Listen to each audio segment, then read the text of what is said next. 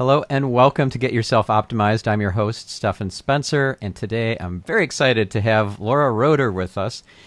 Laura is a serial entrepreneur par excellence. She's amazing. She's been kind of wired for this, really, because she started in junior high school. She taught herself to build websites. She finished college at the age of 20, quit her first job to start a business at 22, and founded Meet Edgar, which is a tool I use. It's a great social media scheduling and kind of content platform, and Paperbell, her newest startup. Laura, it's so great to have you on the show. Yes, thank you. We got to talk for your other podcast a few years ago, so it's good to be on this one. And 2 years ago has been ages for me now. I've started new businesses, I've had more kids, so it's good to have a new conversation. And how do you juggle all that? Because you're still involved with Meet Edgar, and now you've got a new startup, Paperbell, and you have kids. And Yeah. we've got all this crazy stuff with coronavirus and everybody working from home and getting schooling from home and having a hard time finding babysitters and all that sort of stuff. It's certainly interesting times. Yeah, it's a lot. So Meet Edgar, I'm not super involved with it. My role is founder, which of course can mean a million different things, but we have a president and an executive team that runs the company. So normally I talk to the president of the company either every week or every other week. So I do check in regularly, but that's all I do for Meet Edgar is kind of advise her, give her my opinion when she wants it. So Meet Edgar takes up very little time. I'm spending my day-to-day on Paperbell, which is a tool for coaches to manage their business, do their contracts and their scheduling and their payments, and manage everything for an online coaching business. And that business is kind of the opposite of Meet Edgar in that I'm doing everything myself. It's just me and my husband and, sometimes some freelancers or VAs, but I'm building the website, writing all the marketing copy, doing it all. So it's actually kind of fun to have that contrast of one business that I'm very, very high level involved in, and the other business where if there's a typo on the website, I'm fixing it. If someone writes an email, I'm answering it. And then, I also have a 2-year-old and a 5-year-old, and I work, I guess probably like 25 hours a week, something like that. So I'm not working full time. And how long have you been doing that, the 25 hours a week thing? So I've always had little kids since I've been involved in my software startups. Before that, I did some online courses and social media advising and some other businesses. But I was actually pregnant when I launched Meet Edgar. So I took maternity leave, in the first year, and then I was part-time after that. So it's been sort of all different configurations. What it hasn't been is full-time. I've been part-time, I've been off for leave, and then I had my daughter in 2018, and we launched Paperbell in 2020. So I've, maybe there was a point at like 6 months or something where I was working actually full-time, but that's still, I know a lot of founders, full-time for them can mean 80 hours a week. Full-time for me meant, okay, I actually to go into an office for a lot of the day for 5 days a week. But that really hasn't been the norm for me. Wow. That's impressive that you're able to put such strong boundaries around your time and your schedule. So how do you manage that? How do you make that work and have a business that can still grow and thrive? Yeah, so I do have very strong boundaries around my schedule. Actually, I realized it recently when I was interviewing someone for doing some freelance work at Paperbell, and we were talking about a time to meet. And I think she was actually, it sounds funny to me, but she was actually a bit surprised by how clear I was on when I could and couldn't meet, which to me just seems like kind of a no-brainer thing. Like, here are the times I'm available, and I'm not available at any other times. But a lot of people do leave their calendar just completely open. And obviously they do it from a good intention, right? They're trying to be accommodating. They're trying to be friendly. Of course, we always have to be aware of the other person's needs. But, something I mentioned to you before we started the call. So I live in the UK, which means I have very little overlap with the East Coast of the US. I have basically no overlap with the West Coast of the US. So I've just decided for me in my life right now, I don't work in the evening. So there are a lot of opportunities that I miss out on. Like I do love to do podcasts, but I'll only do them during the day. And I end my day actually most days at 2:30 p.m. UK time, which means it hasn't started yet in the US because my kids get home from school at 3. So and then I'm watching them. So I just tell people, I know that this might not work for you. Maybe you live on the East Coast and get up super early. If you do, then great. No hard feelings if it doesn't. But this is when I record podcasts, and there's a lot of people that I just can't do podcasts with. But if you're clear about that, no one is upset about it, right? I'm not like tricking anyone or wasting a lot of their time and at the last minute saying, oh no, you have to get up at midnight. I'm like, listen, if it works for you, great. If it doesn't, great.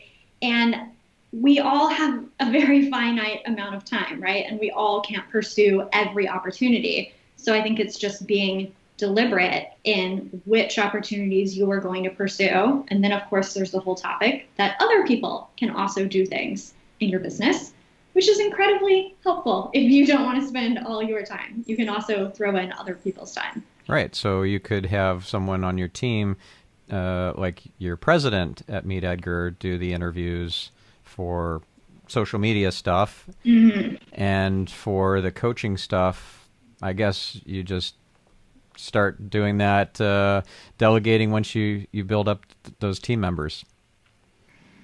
And coaching, like I don't do any coaching if that's what you No, mean. no, I mean like so your coaching platform business for Paperbell, Right. you're going to hold off on taking those U.S. time zone podcast interviews, and Right. you're not going to be able to delegate that until you have some team members, kind of like the president that you have at Meet Edgar. Exactly. Right now, there's no one else on the team to do them. Yes, maybe at some point there'll be other people to represent the company, but for now, we can do interviews with people who are in Europe, like yourself. There's a lot of people outside of America. It's not the only place in the world, right?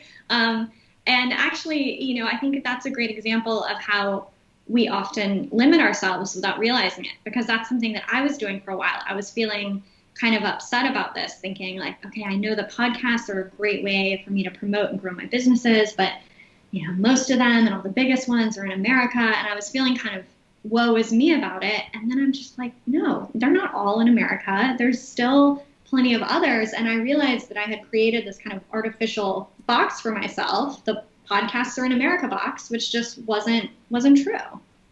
Yeah, and I admit I have a lot of FOMO when it comes to things like opportunities to market myself and the business, to get on stages, virtual stages these days, and even to just participate in masterminds and seminars and workshops. So last week, for example, I stayed up till 3 a.m, 2 days in a row for Genius Network, because I'm part of that mastermind.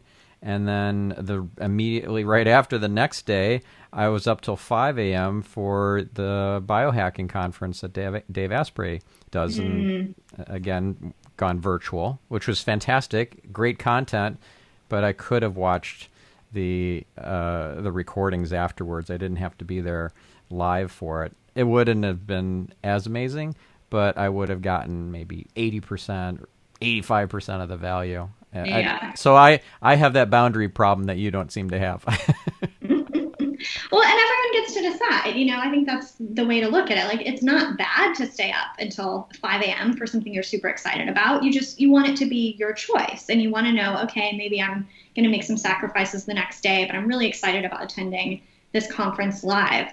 So it's not that there's a right or wrong way to do it. It's just you do want to make sure that you're checking in with yourself for what you really want, instead of thinking, oh, everything cool is in America, so I just have to stay up all night if I want to learn anything for my business or attend anything interesting, because it's just not true. Yeah. Well, you've been at this for a long time, since you got started so young. You were in junior high. How old were you when you started building websites? I guess I would have been like 11 or 12. I was that kind of first generation to get AOL in the fifth grade, and so as soon as I discovered that, I discovered the whole world of, they weren't called blogs then, but like e-zines were a thing on AOL, just all the different ways that people kind of express themselves online, whether that was through websites or emails or the little, whatever they called the little community spaces on AOL. So I was always very involved and very interested in all that stuff. And of course, at the time, if you wanted to be an active part of the internet, you had to build things yourself. There was no web flow back then. If you wanted to make a website, you had to learn some basic coding. Unfortunately, my coding knowledge is still sort of a circa 1998 HTML. I didn't progress very far past that. I don't know any PHP. I don't know anything more complicated. But, I think it's still kind of analogous. The tools have changed, but if you want to run an online business, you need to get your hands dirty. And this is something that I see a lot because a lot of our customers at Paperbell or Meet Edgar, sometimes they're people who consider themselves not so tech savvy, and they get a little nervous when they see a new tool and they're like, oh, it's going to be hard to use. And again, it's just a mindset shift. Something I always remind people is that none of us were born knowing anything, right? You're an SEO expert. When you were born, you knew literally the same amount about SEO as every single person on the planet, right? You chose to put a lot of time building that expertise through learning, through hands-on work. That's a choice that we all have. And if you want to be successful in an online business, you can't be scared of tech, right? The tech is a lot easier now, thankfully, but it's just a part of what you're going to encounter. And if you have a positive attitude, like, okay, maybe I didn't grow up doing this stuff, that doesn't matter. Everyone has to learn it at some point, whether they're 11 or whether they're 65. It doesn't matter, right? We're all learning new things all the time. Yeah, yeah. Well, that's great, and it's such a refreshing and inspiring way to look at life. Like everything's an opportunity. Everything is a learning opportunity, chance. And so if you don't know anything about PHP and you wanted to solve a certain problem, you might play around with, I don't know, some online tutorials or something to solve your problem. I had just noticed, speaking of learning stuff and things like SEO, when I was doing my research about you, I Googled you, of course, and you don't have a knowledge panel. That's that thing on the right-hand side that shows up for a lot of organizations and more notable people. So that might be something you explore, right? And that's not super complicated. It's adding some schema markup. So it would be a same as attribute you would add to schema on your homepage or on your about page. Like, these are all my social profiles on Twitter and Instagram and so forth. This is my Wikipedia. If you're in Wikipedia, this is my Google Books listing and it's my Crunchbase listing and so forth. And then you might trigger the knowledge panel to get created. And it's not complicated. You just need to know this is something I want. So then you got to go about taking some proactive action to make that happen. See, well, I didn't know it was called a knowledge panel. Learning live on this call, and now I can Google it. And that's what's so cool, right? You can just Google anything and figure out how to do anything. And now I'm going to Google knowledge panel. I'm going to keep Googling. If I come up with a term I don't understand, just Google that one, and I'll just keep learning about it. And that's how you get it done. Yep, that's awesome. And when you Google it, also add the word same as. I know it sounds like it's two words, but it's actually one because that's an attribute in the schema markup. And that will show you the right way to code it. It's just some pretty simple, straightforward HTML coding that can allow you to add all those different social profiles in your Crunchbase listing and all that stuff. Anyways. And if anyone listening wants to add me to Wikipedia, I'm not on Wikipedia. I would like to be. So if you're a Wikipedia editor listening, throw me in there. That would be pretty cool. Yeah, so let's actually talk about how you ended up like in just starting down that path as a 11 or 12-year-old. Was there a particular mentor, a parent, or a sibling, or a friend in school who got you inspired to start going down that path, or was it just all internally motivated? Was it that you were kind of bored at home and you're an only child? And like for me, that's basically what happened. I'm an only child. I love figuring stuff out. I love tinkering. And so as a little kid, I started programming in BASIC, and then I taught myself assembly language. So I was coding in hexadecimal. This was back in the old days before, when people were using BBSs to dial in with their modems to these online communities on just but they weren't like all connected. They were just on one person's server. So I actually wrote my own BBS from scratch when I was a kid. It was pretty fun. So yeah, how'd you get started? What sparked this for you? Yeah, I think it's kind of a similar story. So a lot of the web stuff that I did was Tori Amos fan stuff. When I was, in junior high and high school, I was a big Tori Amos fan. It's a, musician for anyone who's not familiar. She's awesome. And it's part of being part of that community, right? Just like you were saying, like if you made your own BBS because you were interested in that social aspect and becoming a part of that community. So for me, I was interested in, trading fan art, connecting with other people who love Tori Amos. I did have a good friend who was also very into all the same stuff. So like she had her website that she created and I had mine. I ran a e-postcard web ring. You used to have like little e-post. You would make like fan art, put it on your e-postcard. Then you had a web ring of all the other e-postcard sites. So I think it all came out of a desire just for connection. And that's just how the connection naturally happened. You needed to learn how to do these things if you wanted to connect. So that made me, I guess, very tech savvy.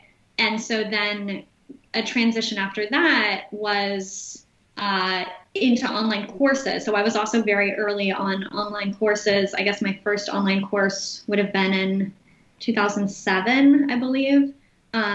So of course, at that time when you did online courses, you were just making it yourself, often in WordPress instead of using the really amazing tools we have now, like Podia or Teachable. So same thing, like I found this channel to share with people. I was teaching about social media marketing and online marketing. And so if you wanted to share that, it made sense to do an online course. And if you wanted to do an online course, you had to figure out how to deliver an online course, which really isn't any different than it is today. It's just now you might have to watch like a help video about Teachable. Then you had to figure out what plugins you needed or needed to program yourself or whatever to create it. But I think the theme is like that, whether you're doing a personal project or a business, you just kind of have to keep your own goal, your own outcome in mind. And then it's just like step by step. Okay, I listened to this podcast. I heard about a knowledge panel. Like now I'm going to figure that out. Okay, I listened to this podcast and I heard about an online course. Oh, maybe I could do an online course. Oh, she said something called Teachable. I'm going to look that up. It's just, you just follow these little breadcrumbs. And that's how everything gets done. And I think people have this fantasy looking at someone that they consider very successful. I was looking at something from like to me, someone who's very successful is like the president of Shopify. Shopify is a company that I think has done really cool things. And I think, like, wow, that guy must be amazing. He's the president of Shopify. But I know that the way that he's figured everything out is just the same as me. He doesn't have any kind of superhuman capacity that I don't have. He's had experiences. He Googles stuff. He asks people questions, whatever it is that you want to do in your life. This is how it happens, just piece by piece. Yeah. So it sounds like there are two key components to success and whatever your endeavor is. Desire, like you have a goal and you want it, and then the curiosity to be open to learning and inspired and excited, especially by that desire that fuels it. So those kind of are the 1-2 punch to success. Yeah, and I think not getting discouraged. I think it's very easy to hear something like, some people might listen and be like, oh, knowledge panel. It's another thing I haven't heard of. I'll never catch up. I'll never figure all this stuff out, And if you have that defeatist attitude, it's going to be really hard to make progress, because when you've come across something new, you view that as a step back. So if you can change your mindset to view that as a step forward, like, ooh, something new. This is going to be a cool opportunity for me. This is going to be something new to learn about. Then I think that's how you keep going. And that's absolutely just a muscle to practice and a choice you can make, your outlook on things. Yeah. And another key component, it sounded like, too, is that you had passion in the form of a special interest. In your case, it was Tori Amos. And that reminds me of my oldest daughter, who started her journey at 14 into online marketing, SEO, blogging, all that. And her passion was Neopets, which was very popular back in the day. It was a virtual pet site owned by Nickelodeon, and you could feed virtual food to the virtual pet and give a virtual pet to the virtual pet, and play all these games that earn Neo points, and then use those Neo points for virtual toys for the virtual pet. And all. It was kind of silly when you hear it described, but it was very addicting to tens of millions of children, and actually a number of adults too. Many adults. I spoke at a conference once, and I was mentioning this, and a lady came up afterwards, made sure to correct me and say, you know what, a lot of adults like Neopets as well, and I'm one of them. I'm like, okay, I'll keep that in mind next time I mention Neopets. So you start with something that you're super passionate about, not just to make money, but because you love it and you want to share it and create a community or be part of a community, and that also fuels your motivation and so forth to get to that goal that you're after. Yeah, and I'm a big believer in doing what is fun and is genuinely interesting and exciting for you. So, like I mentioned, I love being on podcasts. I love chatting with people. It's not stressful for me. It's not something that, I feel like I have to prepare for. I just show up and talk. Other people have told me to get value from listening to them. So I pursue that, and that's an easy yes for me. I know some people, like my husband, it is his absolute worst nightmare to be like on video or even audio in any way. I was doing one podcast, and they're like, oh, you and your husband work together. It'd be great to have him on as well. So I told him, like, why? It's just audio, and I'm going to do 90% of the talking. Do you want to pop on with me? And he's like, absolutely not. Like, I cannot make of anything that I would like to do less, right? And not everyone has to do that. He has his things that he loves to do. And so I think sometimes we put a lot of pressure on ourselves to follow a certain mold. And of course, I'm not saying never do anything new. Like, maybe you're scared of podcasts, but you're also sort of excited to try them, go for it. I'm not saying you're never going to be scared or anxious about anything new. But I think you can make so much progress just following your genuine passion and your genuine excitement, whether that's attending this conference or being on this podcast or writing this blog post or writing that book, whatever it is. Like, don't be afraid to just let yourself have fun with what you're doing. Yeah. So how do you get these ideas for startups or projects? Are you just I don't know, just waiting for the inspiration to arrive? Are you doing research, trying to figure out where market opportunities exist? Like, you've got what, 4 companies, three or 4 companies, maybe it's 4 under your belt now. Is that right? Yeah. Well, and I've had I had one that we shut down like 6 months after it launched. So yeah, I've had a lot of different experiences. I heard a quote recently from either Warren Buffett or Charlie Munger, Munger, yep. that was talking about how they choose to invest, and they said the investment should be a no-brainer. And I thought that it sounds really simple, but I thought, man, like that's really good advice that it should be a no-brainer. And they were talking about how no-brainers are incredibly hard to find. They have to eliminate 99% of the deals, the companies that they come across because they're not no-brainers. And the way I think of starting a new company is kind of similar. And a no-brainer doesn't mean that you know that it will be successful, because I mean, maybe other people know. I never know if I think it's going to be successful, but I never really know until customers give me money. That's how I know that it's successful. But to me, a no-brainer is like with Paperbell, I'm like, okay, I know that online coaching is huge and is going to get huger. I mean, we started building it before coronavirus, but it's like, you don't need coronavirus to tell you that the internet is kind of a big thing. People are going to keep working online and keep being on the internet, right? So it's like, okay, there's a huge amount of coaches out there. And I also know that the tools out there for coaches are not very good, are not as good as a lot of industries, because I tried all the tools and I just saw firsthand, like they didn't have full functionality, or they were buggy or whatever. So, and it's an audience that I know how to reach, because we already have a lot of coaches in our community for Meet Edgar. It's just always a world that I've sort of been a part of. So put those things together. Like, I know the audience is there. I know how to reach the audience. I know that the audience needs a better solution, and I know how to build it.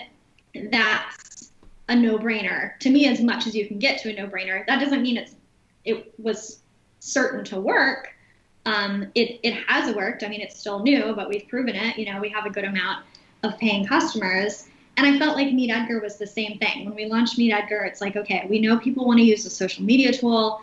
We know that existing tools don't have this functionality that we know is really helpful and people will really use. That's a no-brainer. And then to compare that with my company that didn't work out, which was called Roeder, which was like a DevOps alerting tool. That one was much more of like, okay, we do see a problem here, but we don't really know how to reach this audience, because my experience is like me personally reaching out to the audience. I don't know anything about DevOps. I can't talk at a DevOps conference. I can talk at a conference for coaches about how to run your business or how to run your social media. That one, we just didn't have all the pieces. And I also like to run bootstrap businesses. And we came to find out that software was not one that you could really build in a bootstrapped model. It was really expensive software to build. So that one did not have all the elements that made it a success for me. For someone else who was in the DevOps world, who wanted to raise a bunch of money, who loved that, I think it could have been a big success for them.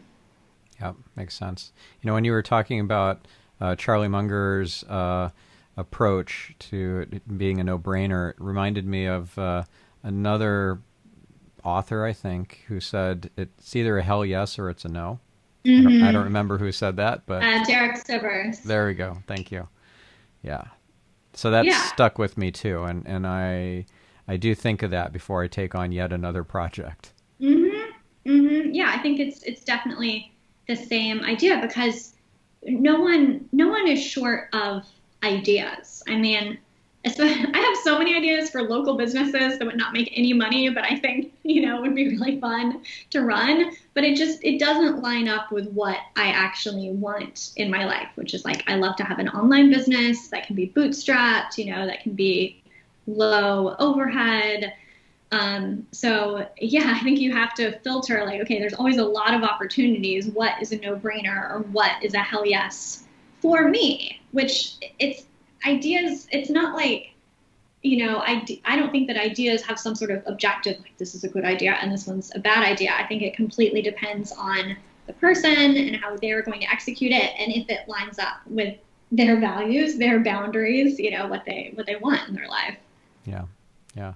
Now, another thing that I remember about Warren Buffett in particular is that he is really good at killing off projects or initiatives, and he has a process that he recommends where you write down like just brainstorm all the different things that you're working on, all the projects, and you might have 25 projects, and then his approach is to put a line through 20 of them, leaving only 5, and those are the 5 that you get to work on. And I think there's even more distinctions around which ones, like you have to pick the top 2 and work on those first or whatever, but all the other 20 you can't work on until you finished the 5. Yeah, it makes a lot of sense, right? Because our time is one of our most limited resources. I mean, it's a similar idea to, the book, The One Thing, where they talk about prioritizing the one most important thing, which is also a really valuable idea. I can't say that I do this anymore, but for a while I organized, when I was using Asana, I made myself a little custom thing where it said the one thing, and then below that it said the distractions. So that I had my one thing, and then all of my other tasks had to be in the distraction category, and it was a way to remind myself that if I'm not working on my one thing, I am choosing to work on a distraction. Maybe tomorrow it won't be a distraction. It'll be the one thing, or after I've completed my one thing, then it's not a distraction. But for now, it's a distraction. And that, that's a very difficult thing to do, to have that discipline, to constantly be looking at, is this my one thing? Is this my top 5? My 20%, however you want to look at it, but it's all the same idea of, we know that we have some tasks, some projects that have really outsized impact compared to everything else on our list. Yeah. What is that question that Gary Keller has? What is the one thing that makes everything? Do you know the? Yeah, it makes everything else like basically easier or unnecessary. Yeah. That's pretty much it. That's a great book, by the way. I highly recommend it.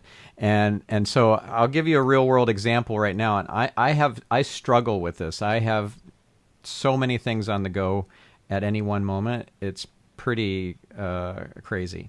So I am in the midst of looking for and hiring a bookkeeper, and also an integrator, which is a fancy word for a COO. But an integrator is a particular type of COO who is kind of trained and familiar with, trained in the Entrepreneurial Operating System, or EOS. Gino Wickman was one of the guests on this podcast, and he's the creator of EOS, and it's just a profound, powerful system for organizing your business. So me, as the visionary at the top, I don't have to worry about all the stuff the integrator does, which would be the person directly under me who is making sure that systems are put into place and that the best systems are being used, and systems that are inefficient or ineffective are being replaced, and the right people are on the right seats in the bus. And so that is an essential role. Incidentally, listeners, if you think you fit that position, you'd like to be my number 2, please contact me. But this is a situation I'm facing right now. I can't see putting one or the other aside to work on the one hire. Yeah, I guess I could make a case for focusing on the integrator first, but the bookkeeper is kind of urgent. So I need to get that solved ASAP. And so I have this kind of internal fight with myself all the time about which things I'm going to work on, because they're all important. And I get it. There is a one thing that makes everything else unnecessary or much easier. However, when the rubber meets the road, I can't just say I'm only going to work on the integrator and to heck with hiring the bookkeeper. Yeah, and I mean, of course, also you have to recognize that these ideas sound nice, but then when you put them in your actual workday, of course, you literally can't spend all day hiring an integrator. Like, you run out of tasks to do in a day, and obviously there's just things like waiting for people to get back to you, blah, blah, blah. So I think that's, sometimes these concepts can be confusing, because you're like, okay, I'm only going to work on my one thing. And you're like, wait a minute. Well, okay, I worked on that for an hour. I sort of ran out of stuff on that. Am I just supposed to make up a bunch of ineffective stuff to do, that sort of goes towards my one thing? So the way I think of it is just that's you have a top priority for every day, right? And sometimes it's just a top priority for a week, because there's only so much work you can do every week on that thing, but that you are making sure that every day or every week you're plugging away at that thing. And another thing that they say, I love the One Thing podcast too. And another idea from the One Thing is that only once you've completed your one thing have you earned the right to do anything else. So the guy who hosts the podcast is always shouting at people in a friendly way, like, you haven't earned the right to email your bookkeeper yet. Have you earned that right? No, you haven't. So I like to think of it that way, that I know whether or not I prioritized my one thing that day or that week. So until I've done that, I have not earned the right to do all those other little tasks that I want to do.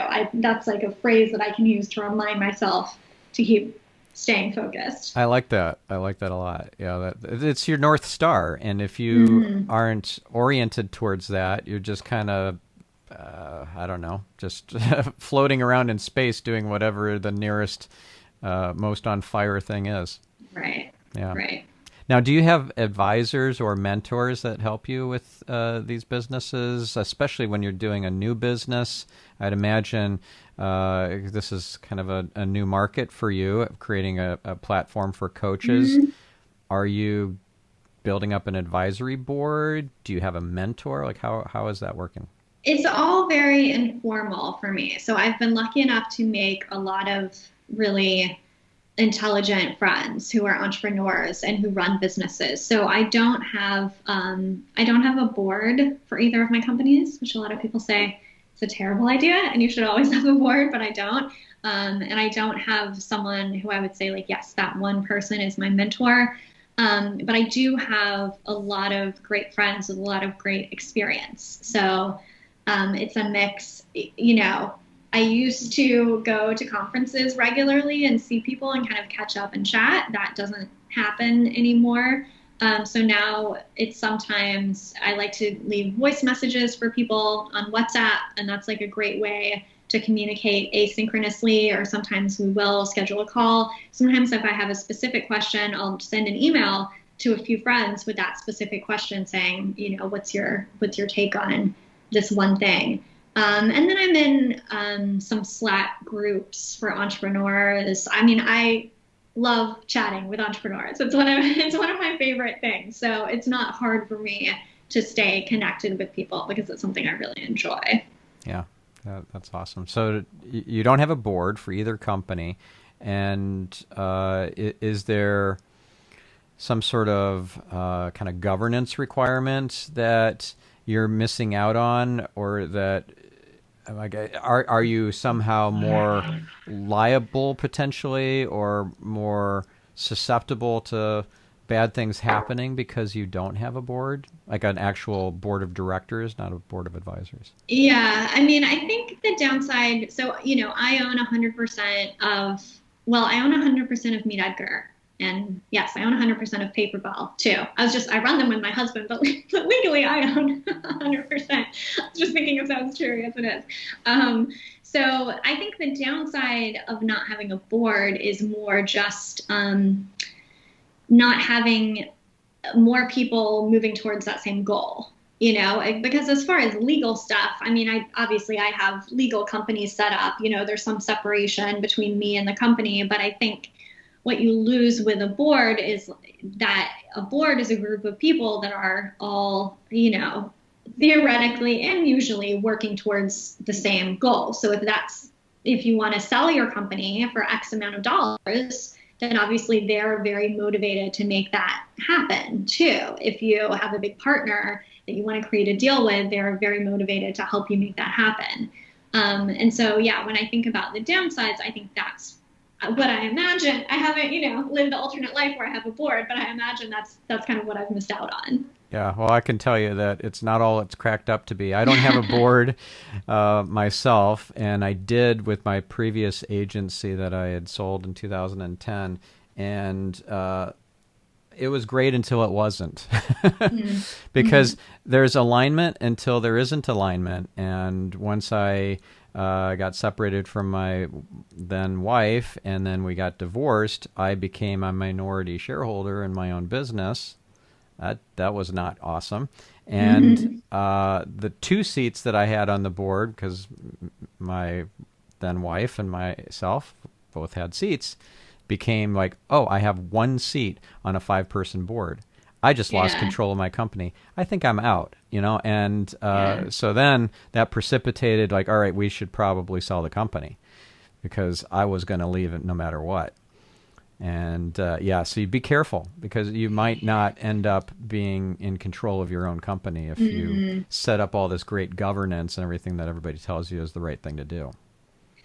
Yeah, and I mean, I think it's 2 sides of the same coin, right? The upsides and the downsides. So one great thing about owning 100% of my businesses is that I can do whatever I want. So, I mean, financially, it's great. It's like, do I want to take out some money to remodel a bathroom? I can just do that. I don't have to ask anyone. It doesn't have to be like, okay, I only get a certain distribution of profit. And obviously, you don't want to go crazy doing these things. I mean, honestly, I never do. I'm very organized about the money in my business. But it's nice to know that it's there, and that I can do whatever I want with it. And same with decisions, right? I mean, what I love about it is I love not having pressure to grow at all costs, which is very, very common with funded startups. That's kind of the attitude, is grow as quickly as you can. And it's very important to me not to run a stressful business. The cool thing about my business is we don't have clients, we have customers, but we have thousands of customers that pay a little bit, not a few clients that pay a lot. So everything really is self-paced. For Paperbell this week, we released a new feature, contract signing, yesterday, and I don't have like the landing page up for contract signing. The homepage doesn't reflect it yet. That bugs me, but it doesn't matter at all. Whenever I add that to the homepage is when I do. It's going to be this week, but if it was a month from now, the world would not burn. Yep. It would be like a little slower for people to know about it. It's not a huge deal at the end of the day. So I love having that freedom to be able to say, yeah, I'm going at this pace right now, and that's fine with me. Yeah. That reminds me of my co-author on The Art of SEO on the first 2 editions was Rand Fishkin.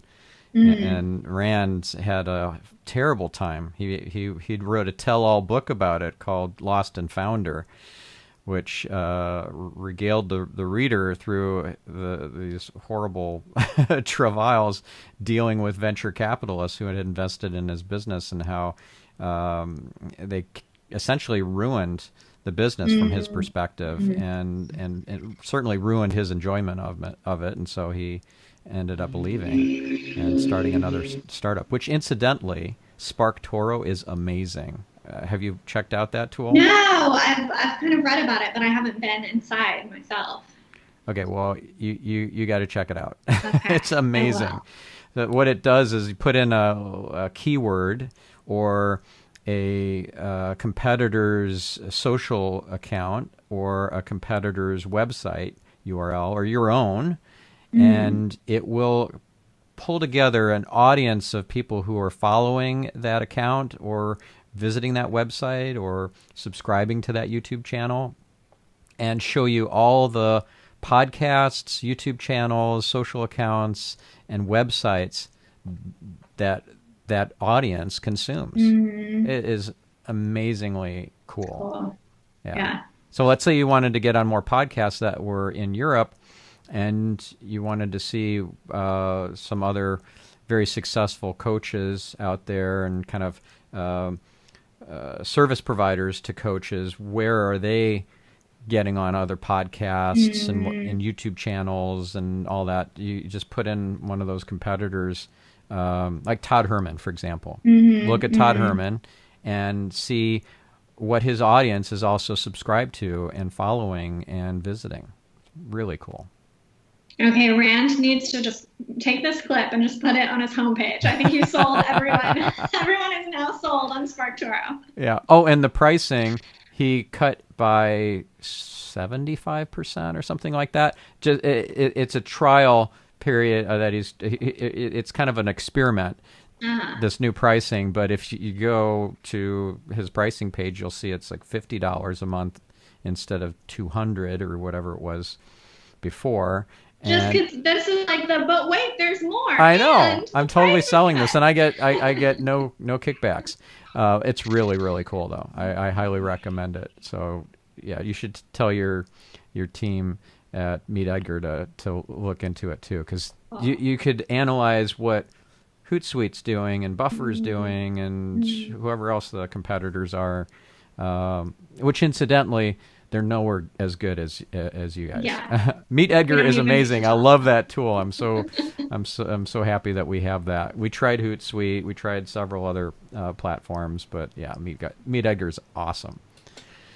Yeah, it's fun getting to use it for Paperbell and being like, oh, it actually is really, like, I would actually pay money for this. It actually is what I would choose for my new business. Like, it's really good. Yeah, it is. Now, I'm speaking of Meet Edgar, how did you guys decide to go up against these kind of big incumbents like Hootsuite? Because it seemed like David going after Goliath sort of situation. Did you were you scared, or did you like, no, these guys are nowhere near as good as what we could be, and let's do it? Yeah, so, Buffer and Hootsuite both existed when we launched. We weren't the first social media tool out there. But I'm of that mindset that a crowded market can be a really good thing. And what's great about an existing market or a crowded market is that people already know it's a thing. It's actually can be much easier to get people to switch from another tool because they're like, okay, I'm someone who buys a social media tool. That's a need that I know that I have. Whereas I've seen this challenge with Paperbell. Paperbell we're not the first to the category, but it's a new category. Most coaches are not already using a tool like us. Maybe they're using a scheduling tool, but that's it. They're not using something that does their scheduling and manages payments and everything else. And it is a bit harder to, one, explain what we do, and two, now you're convincing people that they have to add this whole other category of software to their business, where if someone's already using Hootsuite, we're like, hey, obviously you already know you need a social media tool. You've already bought one. We have a social media tool that keeps a library of all your content, that can repurpose all your content, that everything's category based, so you can get the right mix of different categories. We can just explain why it's better. And I think that's actually often an easier way to sell. So yeah, when we launched, I wasn't scared because we did and still do have something that's just kind of an innately different approach for social media marketing, which is a much more, organized, automated, repurposing kind of approach than Buffer or Hootsuite has. And we also knew that they couldn't just copy it because it is an innately different workflow, which is why they haven't just copied it. Buffer for a while actually did beta similar functionality, but they found that you can't just kind of like plop it on top. They found that they would have had to change the whole way that people use their tool, and they didn't, understandably want to change everything about their tool. So we have had knockoffs since we launched, newer companies that have copied what we've done, and, which can just happen to anyone. But that's why I wasn't scared to go into a crowded industry. I felt really confident that there was room. And also, what I see over and over again is that the bigger companies always go up market. That's just kind of like the SaaS playbook, is that they go more and more enterprise, which you do see with Buffer, focusing more on their larger business plans. You really see with Hootsuite. Hootsuite, for years now, does not care about their entrepreneur customers. They're really focused on their enterprise customers. It's just the strategic path they've taken with their business. So that's something else that we've done differently at Meet Edgar, and are doing differently at Paperbell as well, is really focus on that. When I say small business, a lot of our customers are a solopreneur, one person, freelancer, like really small type of business. And those are the customers we really love and that we stay focused on. And I knew that that would be a difference as well. Right. And it's such a great way to look at things, that you have these nuggets, these pearls of wisdom that you can share with the world. It doesn't have to be a one-off where, I've got this great quote that I love from, The Art of War is one that comes to mind off the top of my head. Tactics without strategy is the noise before defeat. I love that quote. And say that I wanted to reuse that quote more than once on my social platforms. Your platform is built to repurpose that very well and say, well, I want to drop this, X number of times or in these certain weeks of the coming months, rather than just a one-off kind of flash in the pan and then, now I got to think of another quote that is one of my favorites from another book. Really good. Really, really good. Yeah. Yeah. So one more thought for you, and I'm curious if you're building out a functionality for this, or maybe you'll be inspired to after hearing this. I learned from John Schumacher, who is in the JVMM group that I'm in, a joint venture mastermind. It's really cool, run by Dove Gordon. And he talked about creating an appointment funnel, so not just having a calendar like Calendly or Acuity or Schedule Once. I think they've changed their name to Once Hub or something like that. I used Schedule Once, and then I actually switched to Acuity, which is a really good platform, by the way. But just having a calendar isn't enough. You want to have a funnel and then get them to Netflix your content before the appointment. So that was really, really cool. Like if they binge watch 4 or 5 of your videos and learn all this cool stuff, and then they show up, they've pretty much sold themselves. Yeah. Yeah. So that's a really cool idea. Like he was doing it in tools like maybe it was Infusionsoft or Entreport or whatever. Those are not really easy tools for the typical small business kind of solopreneur coach that's your target market. So maybe having some functionality like that would be a cool idea. Yeah, I think it's a really interesting idea, and it's kind of a whole side that we really haven't really gotten to yet. I mean, Paperbell now is largely focused on your paying clients as opposed to your leads, and like your leads and your prospects do come in largely because a lot of coaches do free discovery calls, which they're, using Paperbell to set up their free discovery calls.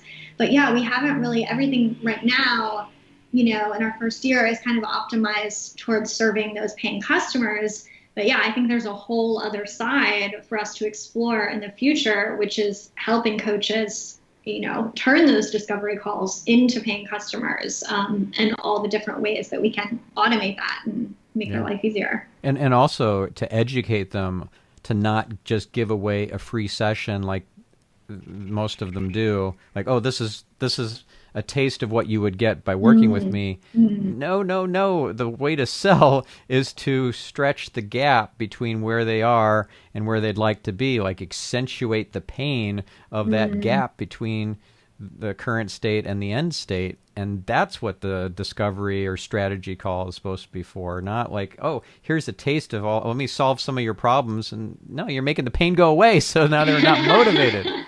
So yeah. Keep the pain. Yeah. Yeah. Okay. So this was fabulous, a lot of fun, and a lot of inspiration and insight. Now, what would you recommend our listener do to kind of either up-level themselves or their business or their social media or their work-life balance? Like, give them one thing, one resource, tool, place to go for the next step now that they've gotten all this inspiration. Well, a common theme in my company is really adding more ease to your life. I'm such a big believer in having more ease, having more freedom, and that really is the motivator for me and the common thread with Meet Edgar and Paperbell. They do different things, but at the end of the day, what they do is free up your time because they allow software to do things that software can do, right? Some things humans are great at, like this, the talking, the inspiring. Software is terrible at, humans are great at. But sending an update to Twitter or sending an email after someone schedules an appointment. Like, let software do that. There is no reason for a human to do that. So yeah, at Meet Edgar, right now we have a free trial. At Paperbell, we have a freemium plan where you can get just a full featured free account to use for your first client. Obviously, I think both of those are great tools, but I think in general, I mean, I think a lot of people would think it sounds funny because they would say, oh, there's so many tools out there these days. But I think that most entrepreneurs have still very much under-optimized software and how much software can help them, and are still just like wasting their time on a lot of busy work and manual work every week that software can do. So whether it's like my companies and my tools, or maybe there's something different for your industry that you want to check out. But it's one of those things where it's like, if you just took a week to really deep dive and research, like what software exists that I don't know about? What are these tasks that I'm doing that a tool can do for me? I mean, you would save so much time over the next year just spending a week to really get that dialed in. Yeah, I agree. And I can't imagine a world without Asana and Time Doctor and Slack and things by Cultured Code. Like I couldn't run my business nearly as successfully or well without those tools. Yeah, absolutely. Awesome. And what's your website and social so that folks can follow you and check you out online? Yeah, so you can find me on Twitter at LKR. I'm Laura K. Roeder on Instagram. I sometimes blog at lauraroeder.com. And yeah, my companies, you can just look up Paperbell and Meet Edgar. Awesome. Thank you, Laura.